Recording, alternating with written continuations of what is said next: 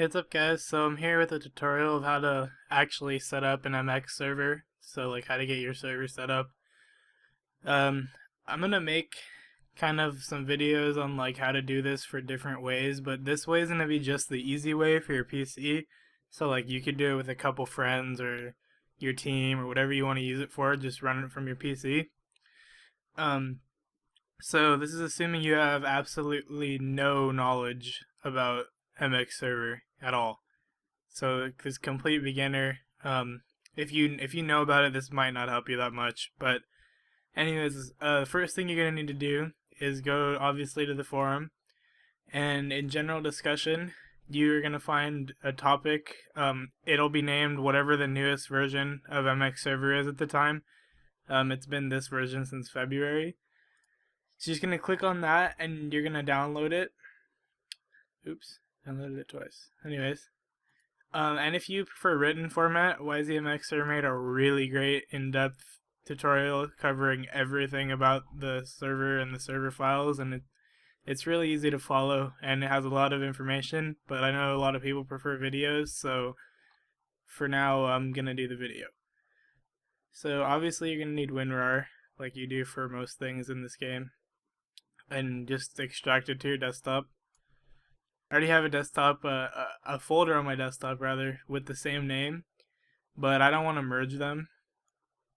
So what I'm going to do is rename it in here to just MX Server 1.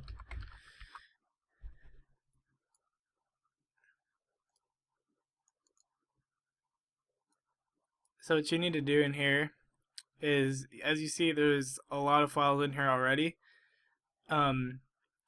Each file does something different, and they're all necessary to run the server correctly.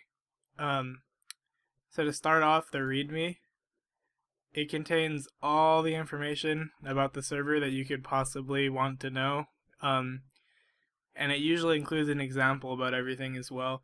It's not the easiest to follow for people who know absolutely nothing, but like as soon as you get it, it's really super simple, and you'll understand that everything in there is as in depth as you can get with it.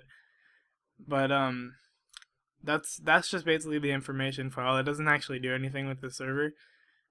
Um, the first thing you're gonna want to look at is the server args, and by default, it's probably gonna look like this. This is what the default one that comes in the pack.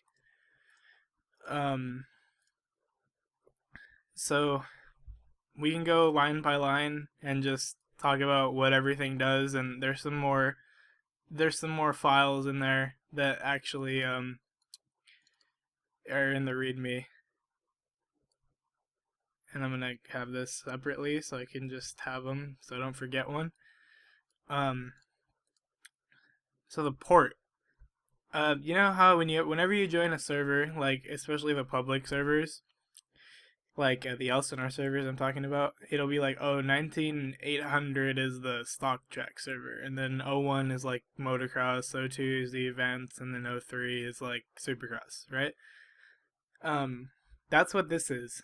They're different ports for different server args files, basically.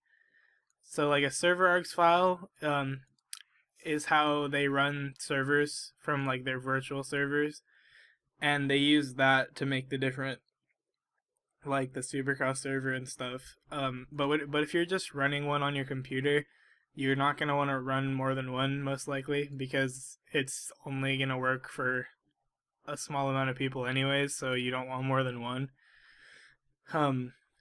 But default, leave it at 19800. I mean, you can put that whatever you want, but it's just simpler to leave it at 19800 because everyone knows that that's how it is. So yeah, we'll move on from that. The next thing is max clients. Um, it's exactly what it sounds like. Max clients is how many people can be in your server at all. So like spectators and players. Spectators are when you're in warm-up mode. So total number of people is max clients. This greeting is what it says when someone joins the server. and if you want to change that, you have to change what's in these quotes. You can't like remove the quotes, but whatever's in these quotes, that you can just write like tutorial server, whatever you want, it can go in there. That's pretty simple, self-explanatory. Results file is if you want the server to upload results to the website, the server page. Like when you go here, like if you want your server to show up here, that's what you use, is the upload results, or the results file. You can use it for other things, I suppose, but it's if you're just having a server for fun for you and your friends, there's not really a point. But if you're using this tutorial to get like an actual server set up on maybe like a VPS, a Windows VPS, or however you're doing it, you would want to specify this results. And if you're gonna be running multiple instances, so like you have like Supercross Args, Motocross Args, Event Args, like different servers, you're gonna want to change this results.txt, because otherwise it's gonna all output to the same text file, and that's gonna probably cause a lot of problems. So we're just gonna leave it as this for now, but you can change that, and you will want to change that if you have more than one server running. Track interval is the default interval in which it changes tracks automatically in the server. So like every restart, it's in minutes. So like say a race takes 10 minutes. Well, the track interval is 15 minutes, so it's going to be another race on the same track. But if the race takes 16 minutes, then it's going to change to the next track because the track interval is 15. You can put that however you want it. I leave it really high because I don't like tracks to change without me changing them. But that's just my preference. Some people like tracks to rotate. Laps is self-explanatory. It's how many laps you want the race to be. 5. Simple. Laps space number of laps. Just that simple. All these are how you actually add tracks to the server. And where it's getting these track info files from is this folder in your server folder. And whatever track you want to have in your server, you're going to need the track info file, and that's easy to get. You just go into the game, start a new race on the track, and then when you're in game, type /save track info, and it'll save it to your personal folder, and you can just drag and drop it into this folder.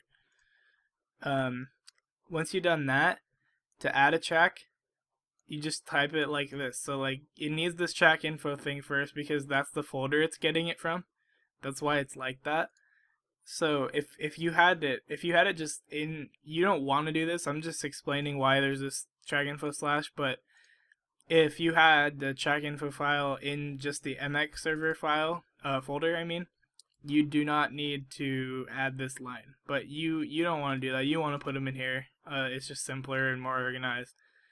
So to add a track, say you want to add Loretta.trackinfo.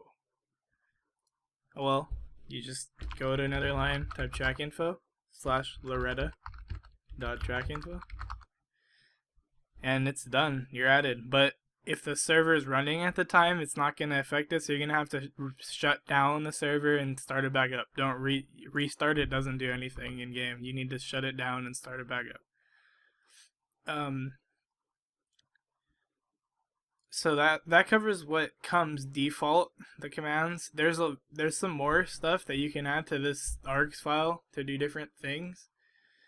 The first thing, they're called command line options, and the first thing that it does is, the first thing you can use is admin, and you're probably going to want to use this. So you do type 2 dashes whenever you're adding a command line option, and in this case the command is admin, and after that it's admin space UID. So like your UID, mine is this, and that would make you, or whatever UID you set it to, the admin for the server, give you admin powers in game. You can put as many of these as you want, like say I put JLV as one and I don't know, some random person, whatever. You can have it like that, and you can have as many as you want. So the next thing is ban file. It's 2 dashes again, and for this command it's called ban file, and then you give it a name.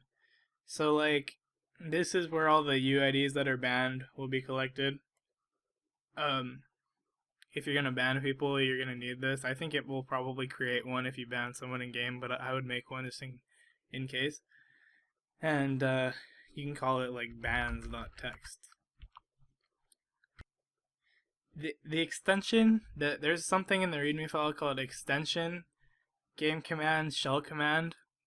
That's a pretty advanced thing, and if you know how to use that, you're not gonna be looking at this tutorial, honestly. So I'm not gonna go over that. There's a lot of information in the server README about that command in general, in specifically because it's kind of a strange thing to most people. But yeah, you can go ahead and look at that if you want. We've already gone over the greeting and inactivity timeout. So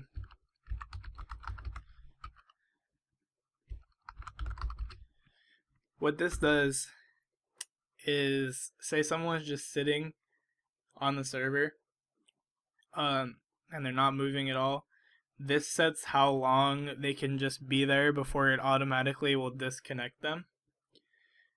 If you don't include this line at all, it'll just default to 900 seconds. But if you want to change that to like 300, you just type space 300, and it's in seconds. So yeah, you can have that. Let's just leave it at 800. Lineup file. This is something that I actually explained what it is in another tutorial, but this is how you actually make the server generate that, because it doesn't do that by default. So you just add this command lineup file, name it whatever you want. I just call it lineup.text because that's just simple, easy to read. But like, say this is a Supercross Args or whatever, you could just like do SX lineup, whatever. It doesn't matter, but you need that for sure. Marshal. So if you want to manually, you can add most of these things in game besides like the files, but if you want to add marshals straight to the server arg, so you don't have to worry about like them not being added for whatever reason. I just spelled marshal wrong, by the way. I always do that. Marshal, and then space their UID. So if I want to make myself a marshal for whatever reason, and then just like the admin thing, they can be stacked with however many you want. But yeah, pretty simple. Max clients, we've already gone over that, but max players is something that kind of goes in line with max clients. Like I said, max clients is total number of game clients in your server at one time, so spectators and racers included. Max players is the max amount of people that can be in the race at any given time. So it goes like this: max players, and then the number, just like this. So like, say we would allow 11 people in the server, but we only want 9 of them to actually be able to race, then that's how you would do that. Minimum version, there's something in there about that.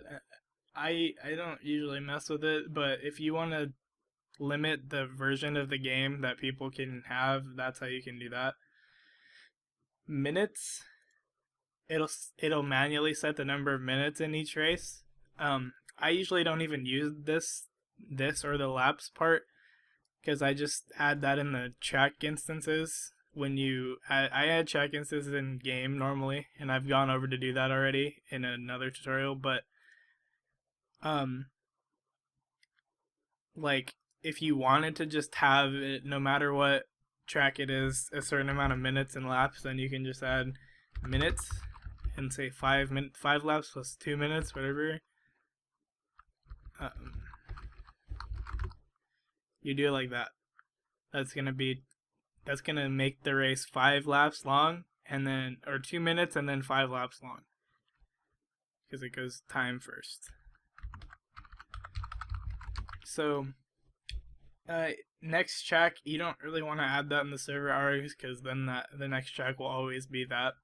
But what you definitely want to add is no arcade, so that people can't use arcade mode in your server. I mean, unless you want that for some reason, but that's how you do it. Off-course bias. What that means, it looks like this. And whatever that means, what that means is however far off like a rider is from the leader. If you specify that with a space, like time from the leader, then it'll just consider them off track. I don't mess with that. It's kind of a weird thing, but it's there, like I said. There's also an off-course scale. You can look at that in the README. Password is how you could let other people use admin commands if you wanted to. So like it's the administrator password. Default is no password, and they type that in and they can run admin commands. So I wouldn't do that personally, because you can just make them an admin if you want them to be able to run admin commands. Server rate, it defaults to like a million or something like that. Yeah, it defaults to like a million. I've never messed with it, but if you do want to change it, you can do rate and then the number, like say 750,000. It's the maximum outgoing byte rate. So like, I don't mess with it though. I wouldn't mess with it unless you know what you're doing. Some of these things are for people who know exactly what they're doing with it. Reserve. If you want people to have reserve slots in your servers, you type reserve and then their UID. And if you need to add a number of reserve clients. If you're going to reserve a spot for people, there needs to be a spot to reserve. So like, you can't just say, oh, I'm going to reserve one. I'm going to reserve me without reserving a client. And you can set like 2 or 1, however many reserved slots you want. And default, that's 0, which is why you need to add this line if you're going to try to reserve slots for somebody. And it just means that even if the server is that, it actually takes away from this max clients number, and it just basically means, okay, so we're going to have 11 clients allowed, and say I have 1 reserved, that means only 10 people who aren't in the reserve list can join. That's what that means. So my files got a little messed up, but what I was about to talk about was results commands. Was the results command in particular, and what it does is you can use it to do things with the results file, but what most people use it for is to upload the results to the server list. If you want to do this, what you would do is type this in, this exact thing. So the quote /upload results.sh, which is something included in here. It's a shell script, and the next thing you do is space, and the next input is your server IP, and this is what's going to display on the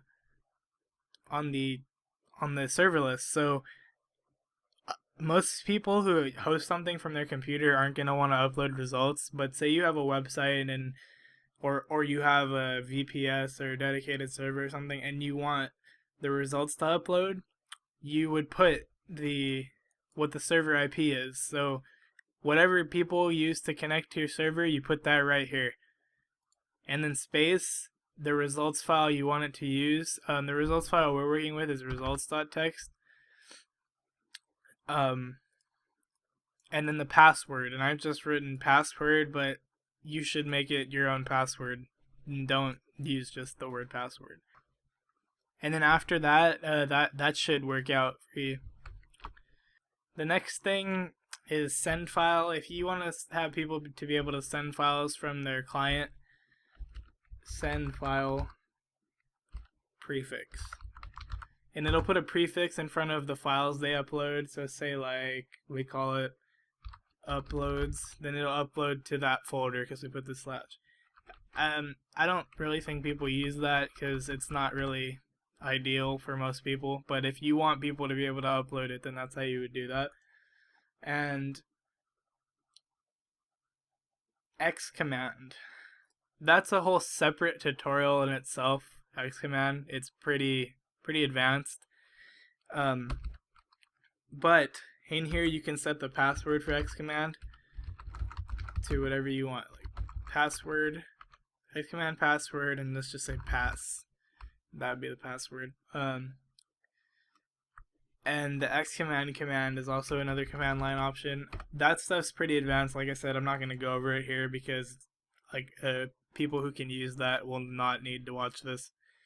But that's going to actually do it for command line options in general.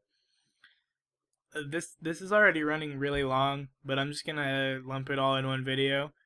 And we're going to go ahead and explain how to run it from your computer, how to run this once you've finally done it. So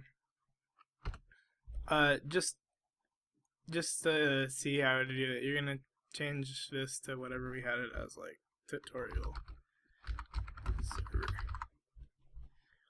and save it. So to actually run your server on your PC, mind you, you can't run it this way on like a VPS.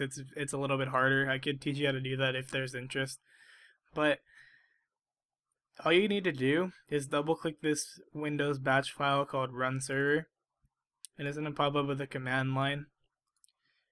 And the first thing it asks you to do is enter the UID for the administrative player. You could just do this, like, let's say mine. I'm just going to put mine, and then it starts the server, and you're going to want to allow it access. And it's running now. So if I were to join my PC's IP address, like my actual IP address, not the network IP address, then I'd be able to connect to the server. So that's actually all you need to really know about running a server. It's not too difficult as long as you understand it. And if you need more in-depth information, there is, like I showed you, YZMXer's guide, and it's as in-depth as it goes. That's literally everything you could possibly want to know about this is in that guide. So hopefully that helped. I know this stuff can be confusing at first, but trust me, it's not that hard once you understand it. And yeah, that's pretty much it. That's all the commands you can really use, and thank you for watching this. Hope it helped you out. Hope you guys are enjoying this help stuff I've been doing lately. I've been doing a lot of stuff like that because a lot of people ask me questions, so I decided to just put it all out there at once while I have the time, while I'm on break. So, thanks for watching, like I said. Hope you're enjoying it, and look back for more. Thanks, guys.